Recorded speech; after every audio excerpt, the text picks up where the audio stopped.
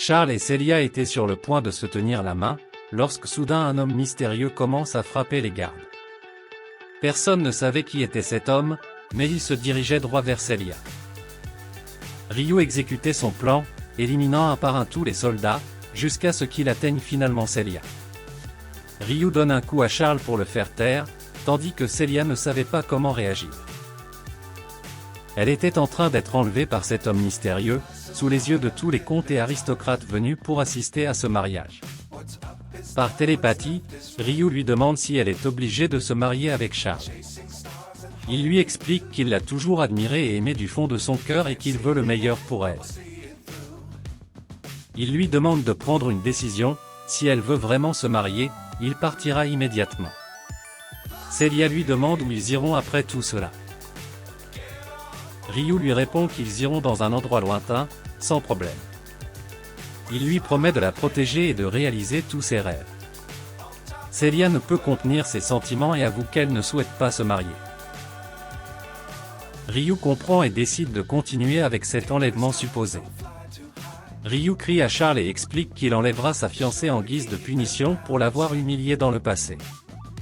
Charles ne comprenait pas qui était cet homme. Après ces paroles, Ryu s'empare de Celia.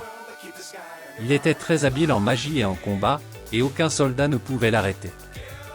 Le seul qui devina l'identité de l'agresseur fut Reiss, mais il préféra ne rien faire et profiter de la scène. Charles, furieux, ordonne à tout le monde de retrouver sa fiancée et de punir le coupable. Pendant ce temps, Ryu remet Celia à Eshia et se consacre à distraire ceux qui les poursuivent. Pour permettre à Celia de s'enfuir sans problème, Ryu décide d'affronter les soldats du royaume. Ils semblaient tous faibles, jusqu'à l'arrivée du commandant général des troupes.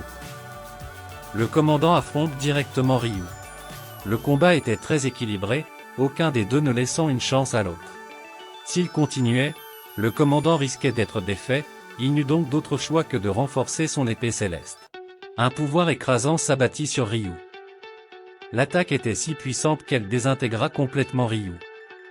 Tandis que tout le monde s'inquiétait pour Celia, quelque chose se passait dans le ciel. Ryu retrouva les filles. Son acte avait apparemment fonctionné, et il avait réussi à tromper les soldats et le commandant. Il était temps de partir, les soldats devaient encore être à leur recherche. Celia le remercie de ne pas avoir abandonné jusqu'à la fin, et de l'avoir enlevé. Soudain, 7 grands éclairs tombèrent du ciel en différents endroits. Le ciel s'obscurcit, et tout ce qui restait visible était ces éclairs éclatants. Eshia sentit la présence d'une personne importante et pria pour qu'on leur vienne en aide.